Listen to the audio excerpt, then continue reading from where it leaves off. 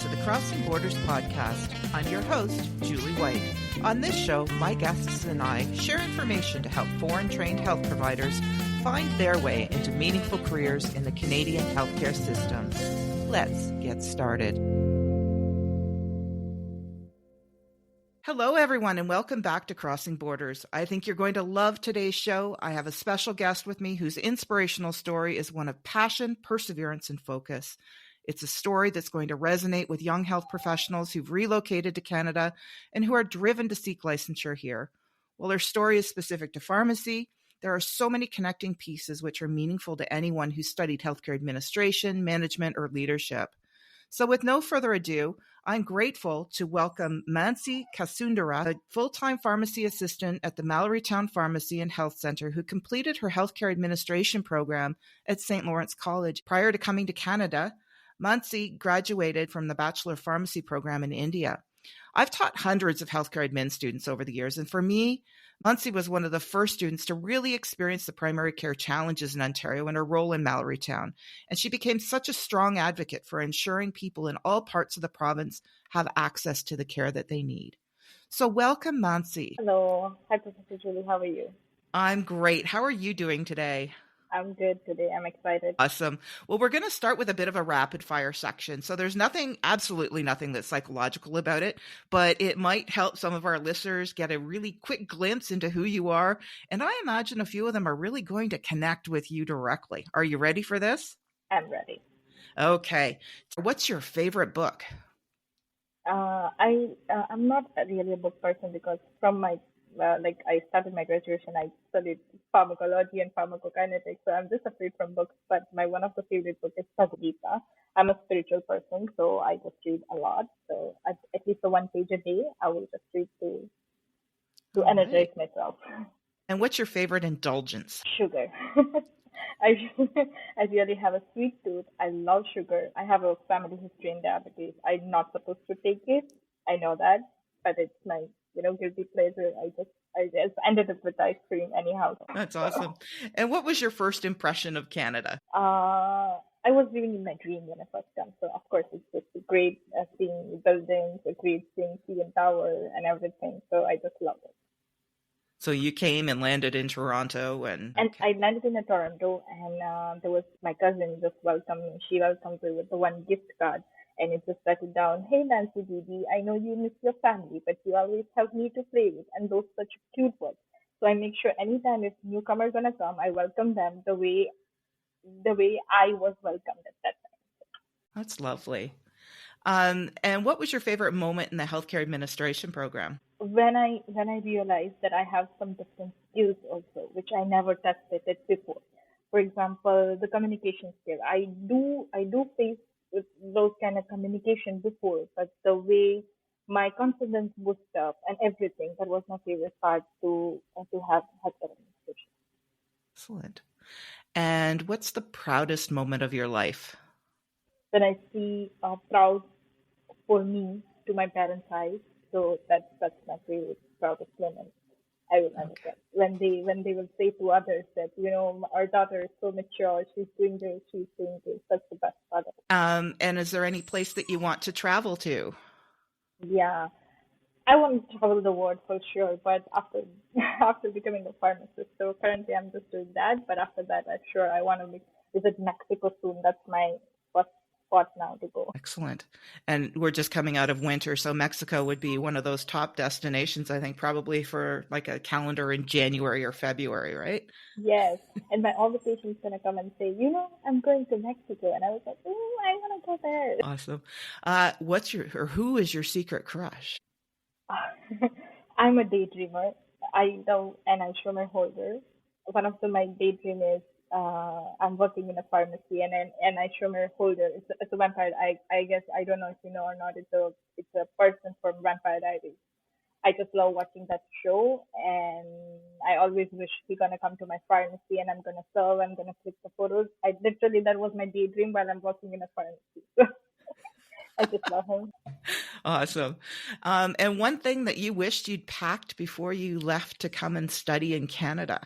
My homemade food. I just give priorities to fruits. But when I came here, I realized that I must put the homemade food first than my clothes. So that's I always wish for. All right. And I think the border officials might have had a little bit of challenge with you bringing, too much food in your suitcase, but Yeah, they just don't like it. yeah, there's some issues there. But anyhow, all right, let's move into why we're here. You have such an inspiring story and one that I think is really going to help a lot of other people. So I guess if we just start, can you share a little bit about yourself and how you kind of ended up in the Bachelor Pharmacy program in India? So we're going way back for the start. So when I was a kid, actually my father owned a pharmacy. My father is not a pharmacist. My father is a bank manager, but he owns one of the pharmacies. And he knows so many things about medication. So when anyone nearby my neighborhood are sick, they're gonna just come to my father and say, so, which medication should I take? And my father, I remember we have one medical box. My father gonna open it and give something. And I was like, how interesting is that to know which one to give and which one is not to give? So that's my start. That I love the medication. I love to know more about the medication, and then I ended up in a Bachelor of Arts. So it really is in your blood. Yeah, yeah. My father know more than me currently also, just because he have more experience. We don't have the knowledge about that field, but he knows more about it. Okay, this, and we have to do this. Okay. So can you tell me a little bit more about your journey to Ontario and healthcare administration? So when I was started looking for the opportunities in Canada, I come across with various programs. But when I go through the each program and the subject in it, the communication subject, the leadership subject, there's all things I really wanted to learn in a bachelor level, but I could not get a chance because I ended up with a medical school. But I thought that God is giving me second chance to learn this, which I already like about it. So can you tell me a little bit about what really attracted you to St. Lawrence College? I know you're attracted to the water and everything else, but you probably just kind of found that as you arrived here, I imagine. Yes, I found out here only. I didn't know that it is so surrounded by water. So when I decided to come to Canada, I don't know about much more about the province. Even when I came here, I didn't know the Kingston is in Ontario. Those basic detail I didn't know about it. But I always believe that I ended up in a right situation. So that's. But only thing I know that Ontario have less temperatures than other provinces. I was like, okay, let me try with that. I don't want to go to any other provinces right away. And then when I search for the colleges and when I search for all the programs, I think one these programs attract me. There were some other programs like the quality assurance and all these things, but I was not too into that subject. So that's how I ended up with the Kingston and St. Lawrence College. And I heard a lot of reviews about the St. Lawrence. Of course, if you go through the website, because one of the fear I know almost every international student have that, am I going to even an institute or not, because we didn't see anything physically. So that's like a nightmare for us, like to trust something, to put our finance in something that we never even saw that. So that's difficult. But when I go through all the reviews, every other student gave their nice reviews. So that's how I ended up with the franchise. Awesome. We're so fortunate that you came. But had you always wanted to pursue your pharmacy? When you came here, did you do that with in mind that I am going to become a licensed pharmacist in Ontario and practice? So that was my father's wish. My father always wanted that, I will also clear this exams and do this all. I was kind of, running from it. I was like, I don't want to do hard work now. I want to do something else. I want to do job. I don't want to get into this. But when I realized, when I go through each and every sector of healthcare, I realized that if you want to really do something, if you really want to, not like a financially, I'm saying like if you really want to help somebody, even if you really want to stand out in a healthcare field, you must have some licensure. And that's how I ended up, okay, stop running. So it took almost 1.5 years to tell myself that stop running. You have to do this. So calm your mind, stay focused, and start doing it. So it took a while to realize this all thing, but yeah, Okay. eventually I did it. And you kind of were typical in that you arrived and immediately started looking for part-time work and picking up some of those part-time jobs. And I know you started at Walmart, didn't you? Yeah, I started at Like Walmart. many. Yeah, I started. So it is a good part that I landed at in Kingston in 22nd of March or something around that, and first of April I do have a job on my in my hand, so I'm very blessed about it. So that's a good part. Also, I worked up for a bit time in a restaurant. I really don't wanted to do it, but I ended up doing it. But I think that also that job showed me a lot.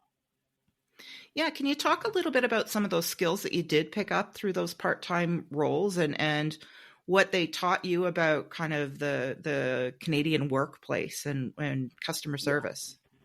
So I come from very different background where we really have two like different culture, right? So I'm not familiar with Canadian culture, but working on those places gives me an idea how the people think about certain things. Like maybe my idea of thinking and maybe their idea of thinking is totally different. So it showed me kind of that. And after that, I ended up in a pharmacy. So I kind of know about how the culture, how the thought process of this people gonna work. So that all skills. Other than that, my communication skill, I was bad at communication before, but I at least started talking to someone. Otherwise, I won't say anything. I'll just sit on the corner and just stare everything. Don't do don't do anything. Don't talk with anyone. But this all place taught me like I worked in a restaurant, right, where you have to talk. I was a frontline staff. I have to talk with them, even though if I don't know about that topic, I have to say, you know what? Yes. So those all things I learned from that all places. Okay. And eventually, while you were still studying, you found your way to Mallory Town. Can you talk a little bit about that and what was going through your head and what kind of that first trip to Mallory Town felt like? Okay, so I was searching for pharmacy job. I was just doing hard work for searching it, and nobody allowed me in the initials because I have zero experience, right? To work in a pharmacy, I know you must have some experience so that you can work better. Yeah, I know that, but at that time I don't have it, and while I was searching for that, I got some references about Mallory Town Pharmacy, but everybody told me like, how are you gonna go there? I don't have a car and everything. I was like, you know what? Still, let me try. Let me talk to a manager about it. That this is the problem. I'm living in Kingston. I know. Is there any way? I just continuously knocking the door, says, "Hey, I am here. I just want something." So like that. But after that, we ended up. My manager also living in Kingston. So we drive together. We just work together, and we come back together. So that's how I ended up starting something. And when I first came in pharmacy, I feel like, oh, this is the thing I wanted. This is the thing I wanted. I want to work here. But because of our schedule, I can only work in the weekends because weekdays I have to be in Kingston for college and for studies and everything. So I was working in Walmart too, and I was working in this pharmacy too. I started doing some voluntary at the initial till I get some experience, and then I started doing my job properly. And then when I finished the course, my manager offered me a full-time position, which I wanted it so badly. And then I ended up doing full-time job here. So that's the best part. Excellent. And are you still living in Kingston? Yeah, I'm still living in Kingston. Okay. How far Living is Mallory Town? Just for our listeners, can you give them a bit of an idea in terms of is what that it commute's like? it is around 70 kilometers from Kingston. So it will take around 40 minutes to 45 minutes to reach here. So it's not too bad, but you do have to travel a bit. And Yeah. the way that you really made that connection was through networking. It was through reaching out Yes. and talking to people. I just went I just for the pharmacy I just went to every door. I just knock on the door, says, you know what, I'm here. If you want my help with the front stuff, I'm ready to work. If you want me to work back end, I'm ready to work. But just show me something. Just let me give a chance to hold the medication and solve something. So that was the difficult part when I started. But yeah, eventually I ended up with a better result. So that's good. Excellent. And it turned into your capstone project for your team. I remember we Yes. worked through that together. Can you talk a little bit about what it was like in Mallory Town for the people that live there? at the time that you started, and there were some very specific challenges there, and it was something I know that you spoke with great passion, and it was something we saw in the news, regularly. So, Melita, working in a Melita pharmacy, I worked in a different pharmacy also in the Kingston, but to work in a Melita is different. Here, people get attached to you because for them, you are the only healthcare providers they have. They don't have like hospital facilities because, of course, it's a small community. Although also they don't have any clinics here. So for them, healthcare means just one thing, and that's pharmacy. When my manager started here business before, I think almost 5 years ago, he also faced many challenges because he was the only immigrant who started some business, and especially with healthcare, of course, there is a risk of privacy and everything, and you don't trust the people that easily. But he started the business, so and he did really, really, really hard work. And then I joined him after almost 4 years. Yeah, he finished the 4 year of pharmacy, and then at that time I joined him. And you know what? If weather is bad, uh, my patient gonna call me say, "Did you reach safely? I know the weather is bad." When so those kind of things. If you work in a big pharmacy where stuff is so busy, nobody cares what you are doing. Nobody cares if you reach safely or not. They just want their medication and they just want to go home. So here it's different. And also, they had during the COVID time, they had one walking clinic, like it was good doctors walking clinic, but because of some financial issues of from the government side, they stopped some of the funding to that clinic, and eventually it ended up like it closed during February. Then these people request a lot. They just did some voluntary work. They always knock the door to the Ministry of Health, says we need something, please do something. We already have a place where nurse or doctor can come in, just say hi, and we just want something like that. But the good news is right now they are preparing for the clinic, so they are working on in this clinic. So that's the best part. And yeah, it's different. I will always say, don't want to work in a busy pharmacy. I always want to be in Mandalay Town because of people around here is so sweet. Excellent. And that really is kind of what small town Ontario and small town probably most places in Canada really look like. And I know for a lot of folks, it's difficult if you're kind of moving into an area and you're the only person that looks like you look like. And Yeah, that challenge can be something intimidating, but you'll also find that people often are extremely welcoming and yeah. really appreciate the level and quality of service that you're providing. Okay, so let's talk. We're still talking about the pharmacy, so let's get into the summit that you were at last weekend. All right, so can you tell me a little bit about the pharmacy where you're working? It's part of the Whole Health Pharmacy Partners Group, and can you explain a little bit about that? And I know you guys won an award last weekend. Yes, so that was the surprise part. When actually last weekend we went to Blue Mountain where there is a partner summit, and that was the fastest award that they had, and they gave to Town Pharmacy for community service. They basically gonna check how impactful the pharmacy is to the community. Like there will be a lot of pharmacy, but it's not necessary that every pharmacy gonna give the same impact, right? So that's the one, and so they awarded this pharmacy as the bestest in community services, and that was such a good part. Like I feel so proud when I just heard that. So it was fantastic. Awesome. And what did your parents say? My parents were super, super happy. They just say that you know what, whatever you are doing great. We are so proud of you. And you've been there now full time for a year. You've been part time there for quite some time. And I know you've got that focus in your mind about writing that PEBC, your first PEBC exam. Can you talk to me a little bit about that? And I don't know if you had any networking opportunities while you were at the summit, if any of that meant anything to you. But can you just kind of share a little bit more kind of about what that future looks like? So when I went there, I saw a lot and a lot of pharmacy managers, pharmacy owners, some of the pharmacy techs. It was really motivating, you know. So while I was studying, I'm gonna see that, you know what, I want to be part of that. If I want to be a part of that every single time, I have to do this. If I do this, I'm gonna meet those people. And some there are great talents out there. Like you never know. You meet one person, and you never know what the person is.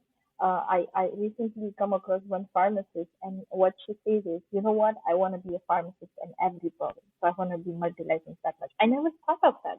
I never thought that somebody might have that interest. So, you know, every pharmacist is different. They have different abilities to talk to them or to do a conversation with them. It's interesting, and they have that passion to provide a service and all those things, and knowledge about when to say yes, when to say no. If you are saying no to the patient, how to say no.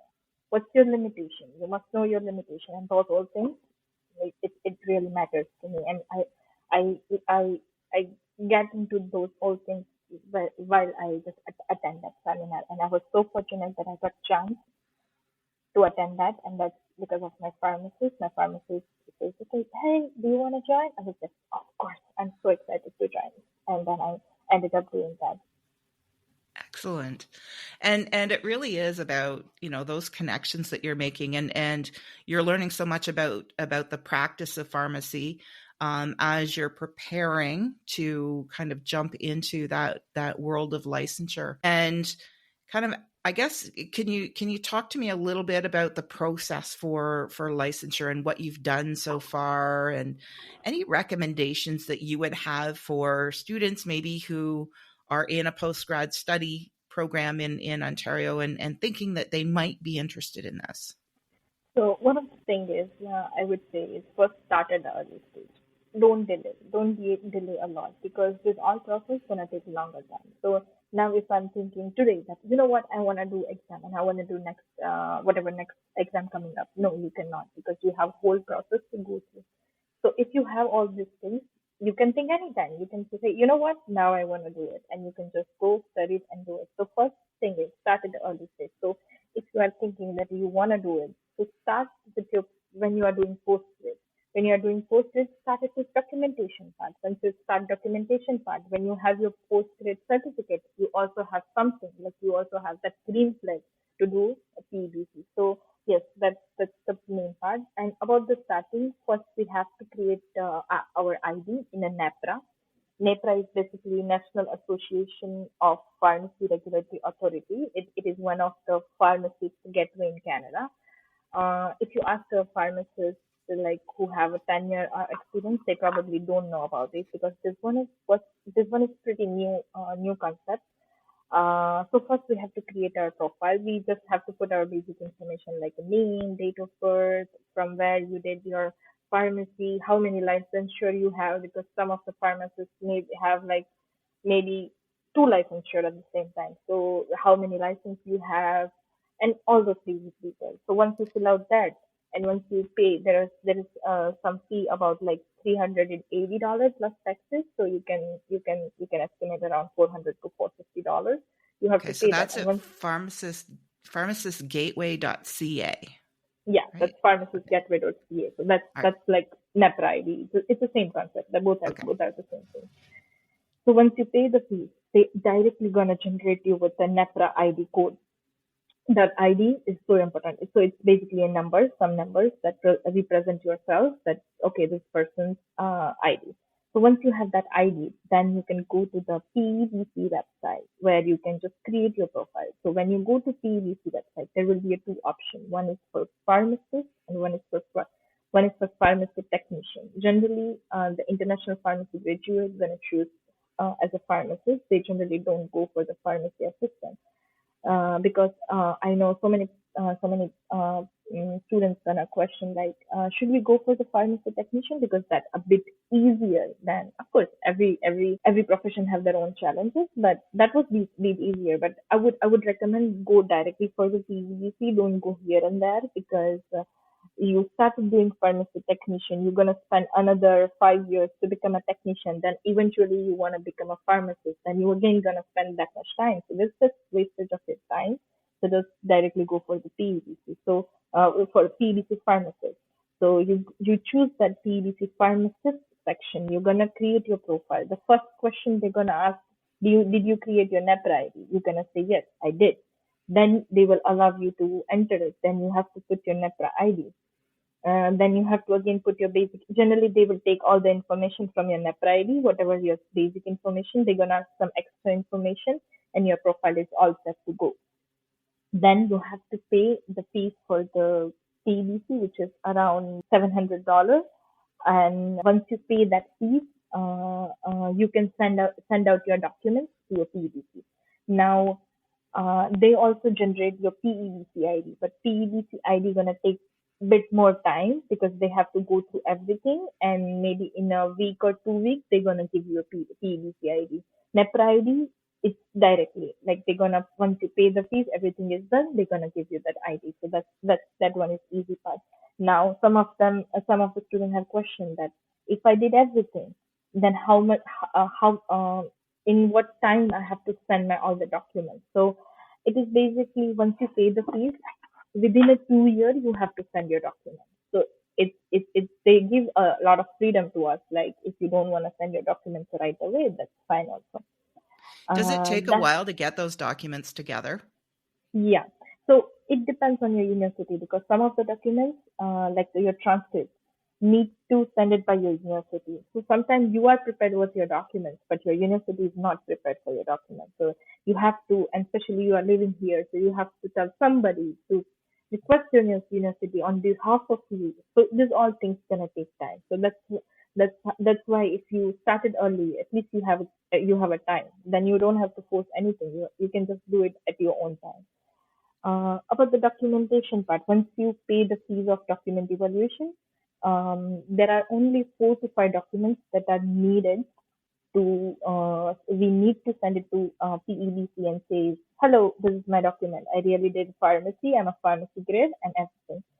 So for that, first thing we need is application form. Once you pay the fees of PEDC document evaluation, they're going to give you one form. It's simple one-page form, no much detail, just your name, your date of birth, your NEPRA ID, your PDC ID, your valid photo. You have to stick your valid photo in there, and then there is a signature of witness. Now, about witness part, there are a lot of people who can witness that I will talk to you about this later. So first is application form. You finish the application form, then you have to put your attach to your degree. That is also must be witnessed by authorized person. So your degree. The third thing is your licensure.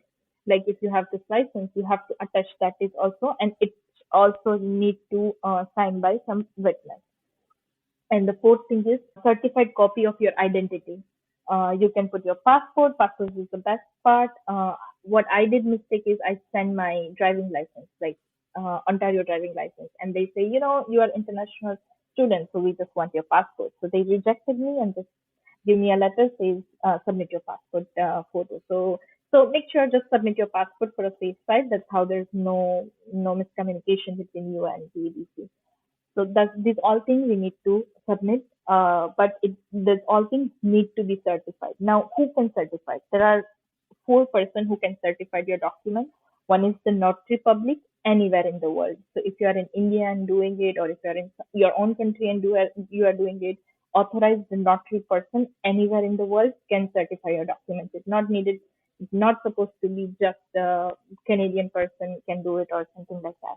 The second one is commissioner of oath anywhere in the world.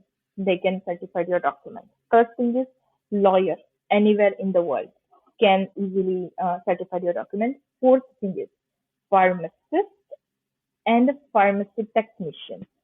Canadian pharmacist and Canadian pharmacy technician can certify your document. So I did my certified copies with my pharmacy manager. I just request him, say, hello, can you just certify my copies? These are my originals. These are my copies. Can you just put your stamp, put your name, license number, everything, and just certify that? So he did it, and it got accepted. So that's what you can do it.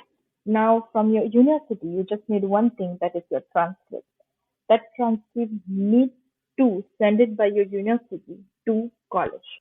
There is no in between. You cannot send your own transcript to BBC because that they will say that no, you know what, we just want some proof that you did it from this university. So that university. Now there is some options. Once they can post it to a Canada to BBC address, and other thing is they can email.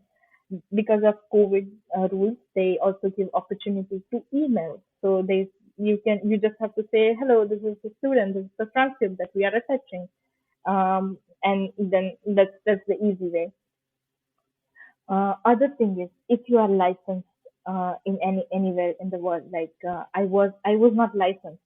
I just took a degree, then I came to Canada. I was not licensed. I was not doing any practice back in my home country. So for me, I just have to say, you know what, I don't have a license, and they will accept it.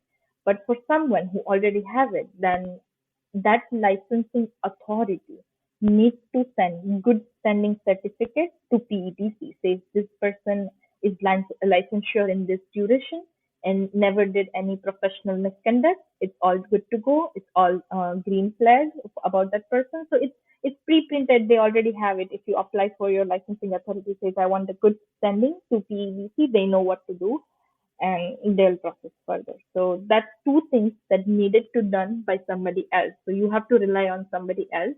So you must start that part first, and other part you can do it by your own at your own time. So that's all things at the documentation part. And once you send out, it will take 8 weeks to certify that. So PEDC need 8 weeks to check everything, and they will give you the green flag, say approve, approve, approve. If they have any problem in any of the documents, they are really good with it. They're gonna send you an email, say, you know what, this is wrong. This we not accept this. We want this. They will clearly say it in email everything. They are so good with it, and we have to just resend them whatever they wanted. They rejected my transcript, which is funded by my university. Even I cannot do anything about it. They rejected. They say, you know what, this is not the right format. We want something like this. And then I talked to my university. Say, you know what, they rejected me. This the reason. And they corrected it and they resend it and then they accept it. So it's a good communication. You just have to communicate with one person to another, and you have to just explain, and they'll approve it at the end, and then they will overall approve your all the details. Once they will do overall approval, after that you can book your first exam. Otherwise, if any document have any missing parts, you cannot give your exam. So So those what's all it things. like going through that process when you see that you're probably watching a dashboard and looking at a Yeah. website like regularly and all of a sudden you see that, oh no, they didn't Yeah. approve my transcript. What? It's sometimes discouraging, like, oh, why they didn't do it, and some of the things you cannot do by your own. I didn't know what I need to tell to my university. It's just that format. That's how they send it, and those whole things. But you know what? You just have to be patient. You have to just be patient. Like, your documents is right. So one way or another, they're gonna accept it. You just have to represent that thing in a different format. So that all things. See, and for me, it took like almost 3 to 4 months because we just got back and forth. My one of the friend did it so late than me, and he got approved everything in a month. So it's sometimes it's easy for someone, and sometimes it's you have to do it hard way. So but it's easy, and it's the good thing about PVC is they will tell you exactly what they need. They will give you specific. They will not just reject it, and they will not put any reason. They'll put a specific reason. This is why we are rejecting you. Can you please correct it that? So those all things.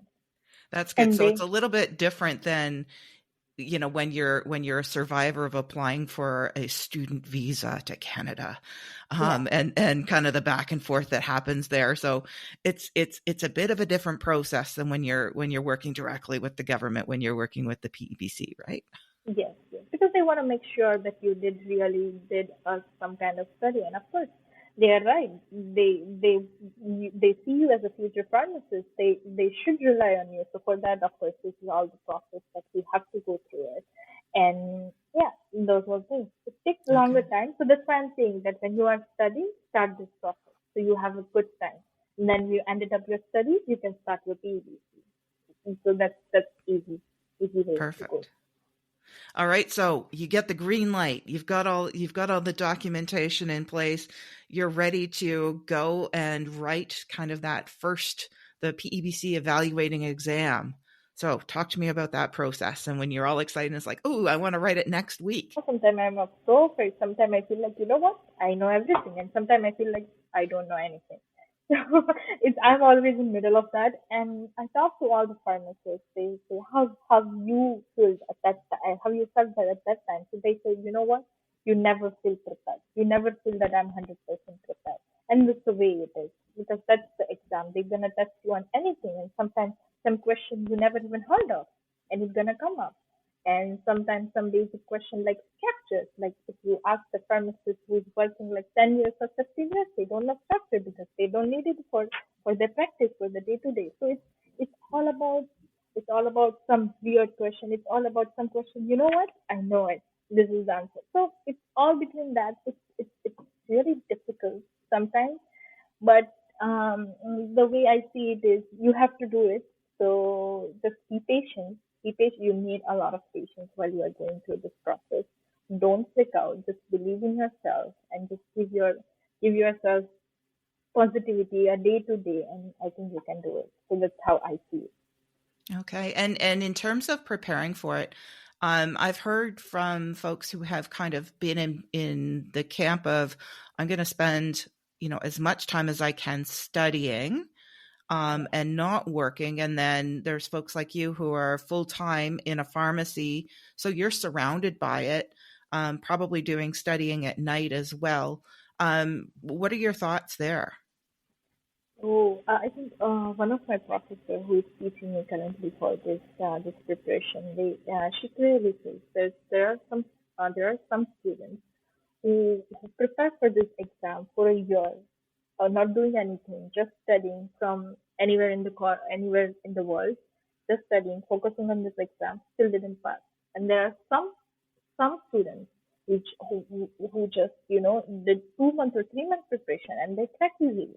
So it's all about knowledge you have and how and your knowledge you can put on that exam day. Sometimes you know everything, but on exam day you just get lots of anxiety and you cannot do it. So it's all about that. And managing full-time job with a full-time this kind of study is difficult.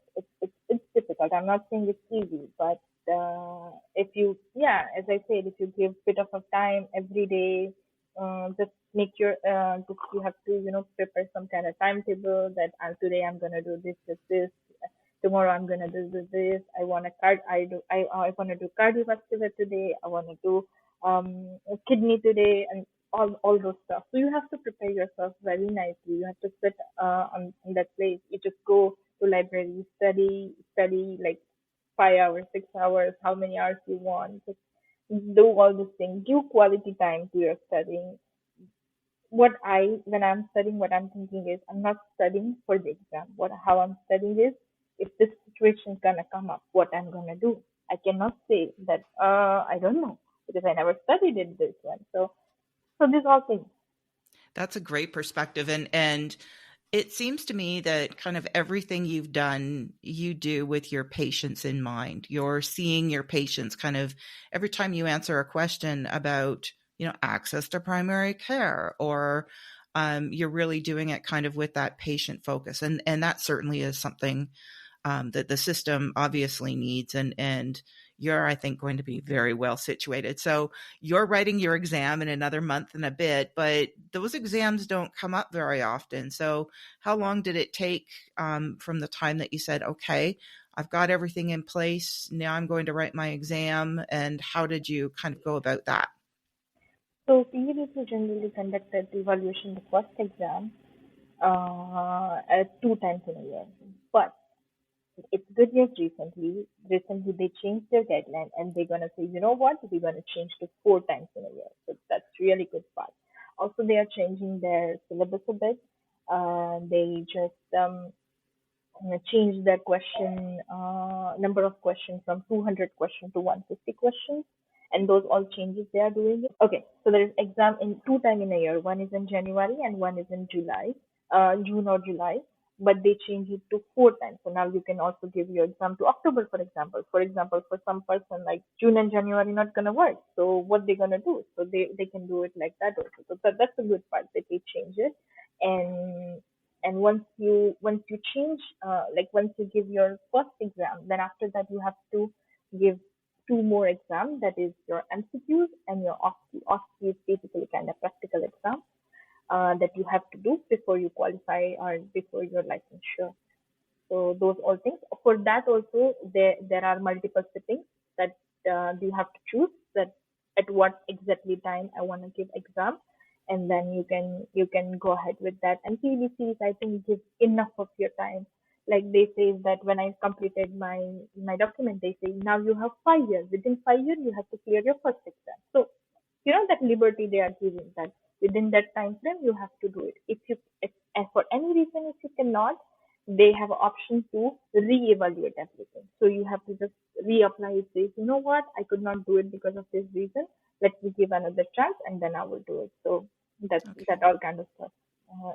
It's written very well in their website. So if you have any question, also they have, if you search just PEBC contact, they have their number, and you can easily access. You can easily ask them so many questions. Probably I am the one I always call them for even a small reason. I'm gonna call them. Say, do you know what is this? And they're gonna answer it very well. So that's a good part of PEBC. Excellent. So the PEBC evaluating exam, so that's the first one. It's a $900 fee.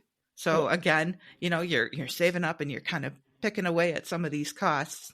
And then the PEBC, or sorry, the MCQ exam is another 800, and yes, then your OSCE is $1,895. Again, if you pass both of these on your first attempt, you can yeah, apply directly to the Ontario College of Pharmacists. If you're yeah. not successful on either one of those exams on the first attempt, then you need to apply to a bridging program that's offered by the University of Toronto. Is that right? Yes, it's offered by many universities. One of them is University of Toronto. There are some University of Waterloo and all those also, but in Ontario, it's generally University of Toronto, and the program is quite expensive. Their fees is around like 15,000 to 20,000 for sure, and that's for just 4 months, and you have to just study for those 4 months. So it's difficult. I know that's difficult part, but you have to do it. If you could not pass any of the exam in first attempt, you have to do OCT. Uh, Before many years, it was not mandatory, but now I think it's mandatory that you have to clear it up exam. Also, I want to add another course that if you are doing some class, for example, if I'm doing some class for my evaluation exam, so that fees also that you need to pay. So my fees was around $2,000 that I have to pay to take some classes, to talk to all the professors. To if I have any question, I can go there. I can search for the answer. They're gonna provide me some materials about exams. So each exam have a different class that you have to enroll with to just get familiar with Canadian healthcare system and how they work and all this stuff. Excellent. Okay. And I know a lot of your kind of on the ground experience is really going to help you when it comes to that OSCE exam as well. Yeah, I want to recommend every one of them who want to do this PEDC that please take at least one fee, but please go to a pharmacy. If you are not even having a job, just go to pharmacy and sit there, just see what they are doing, and then you will get lots of questions, and then you will know why this medication is outside like Tylenol, why it's on the shelf, why it's not inside, why rosuvastatin is inside. Those are basic things that you will get to know. So it's really important to, because some of the question right now I don't have to do it. I just know it from my patient that you know what, this patient got this allergy. I know why it happens. It's because of this reason. So you can connect easily. You don't have to search or you don't have to mug the answer. You know some of the answer right away while working over there. So that all part, it's really gonna help you to crack the PEDC. Excellent. And I recognize that you didn't directly work as a pharmacist, obviously, back home, Yeah, but you were certainly exposed to it, and you got a lot of it probably through osmosis from your family. Is it a lot different being a yeah. pharmacist here in Canada? Like when people kind of think, oh, well, I'll just easily make that transition. Is it a lot different? Is the formulary different? Everything is different. I would say everything, because There are multiple reasons. Like if I'm going to a pharmacy, I'm from India, so if I go to India and if I go to pharmacist and if I say, you know what, I want 200 tablets of rosuvastatin, they're not gonna ask me any question. They're just gonna give me because there's no resolution. I can access to any medication any single time, but here it's different. Here, I was like some patients gonna ask me, they say, I know from like for example, if they had a prescription for amlodipine 5 milligram and now they change it to amlodipine 10 milligram. I can see in my system that what happened, those increases. But they're going to ask me a question, is my drug increase or decrease? Do you know? And I have to say, you know what? I'm not eligible and that's not my scope of practice to tell you that it's increase or decrease. Let me tell this to my pharmacist and my pharmacist is gonna come and help you out. So that's different. That I learned here. I just thought at the first I thought, you know what? It's increase. Yeah, no, I cannot do that. So those all things you're gonna learn while you're working. Sometimes you have to back off to sometimes the patient want everything. Like they just want this, they want to and sometimes you have to say, you know what? This is not my scope of practice. I don't wanna drink this. Just go to your doctor or go to your another healthcare provider and they will do it. They will figure it out because I'm not authorized person. So those all things you will learn while you're working here. And it was very different when I worked. I told you right, my father is not from a pharma background, but anybody gonna come and he gonna give the medication. I was like, why you are giving medication? We're not authorized. But they say that's how it works there. So that's why he's not wrong in it. He just do whatever everybody else is doing. So that's the difference. You must have some great conversations with him now. Yeah, yeah. Sometimes she gonna ask. Now he always asks me, "Oh, should I take this or should I take?" And I'm so proud. I was like, "Yeah, this." Every single time, I'm the one who asked him, and now he's asking me that. So, you know what? What should I do? And then I will answer him. Oh, you can do this. Excellent. And he's probably a good study buddy as well. Yeah, Excellent. So you get through those exams, or you have to potentially take a bridging program. You register, and this is the Ontario process, by the way. I should be clear that these processes are different for each province and territory.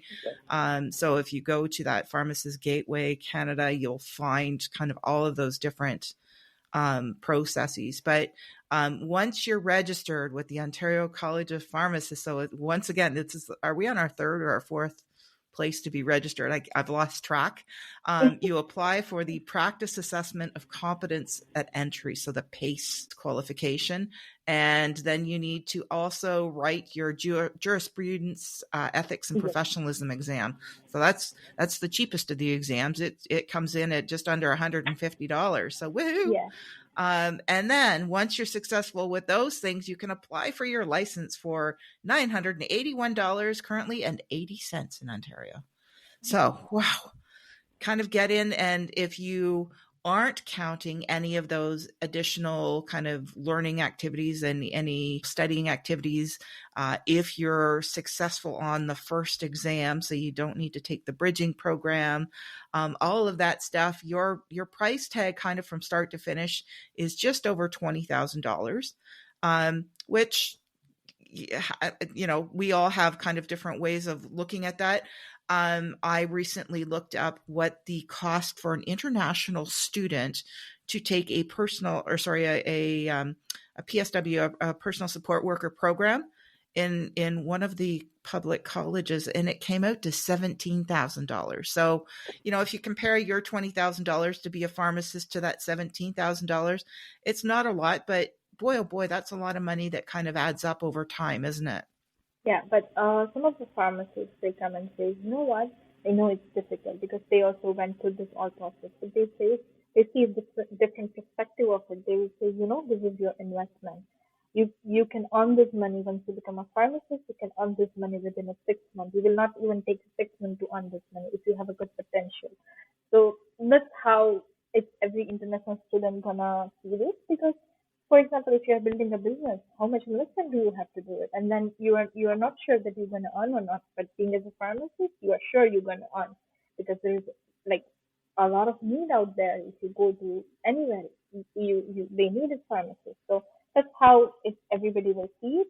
Just see it as an investment, and then if you go further, yeah, that's how you can do that.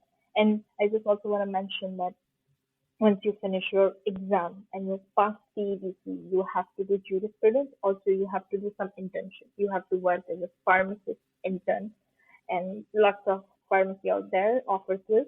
So you have to work under a pharmacist. So if you have just any question, you have to do some hours, like a big number of hours as a pharmacist intern.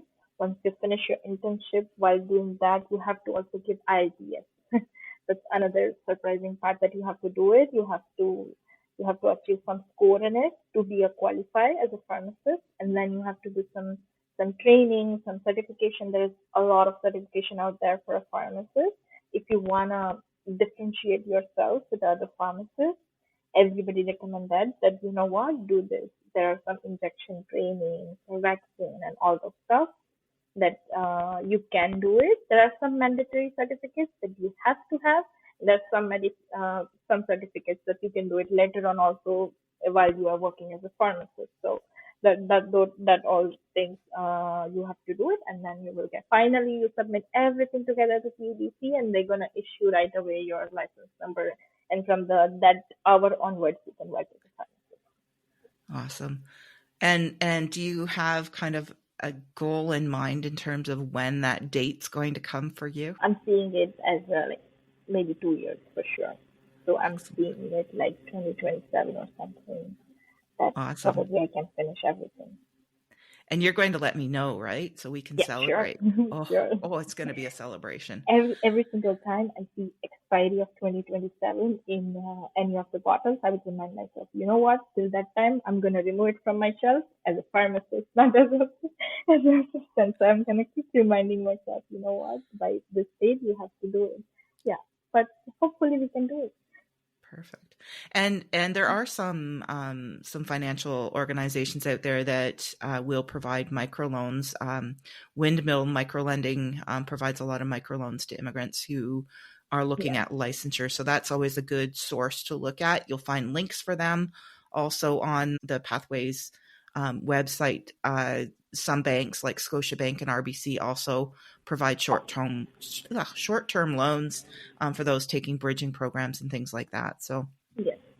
And they are really it's providing at least a good resources to start with, and then you can you also have to do part time a bit, because not for a financial reason, but to get exposed to that work environment and everything. And while you are doing this, of course, you can earn something, and that's also gonna count on everything. all right.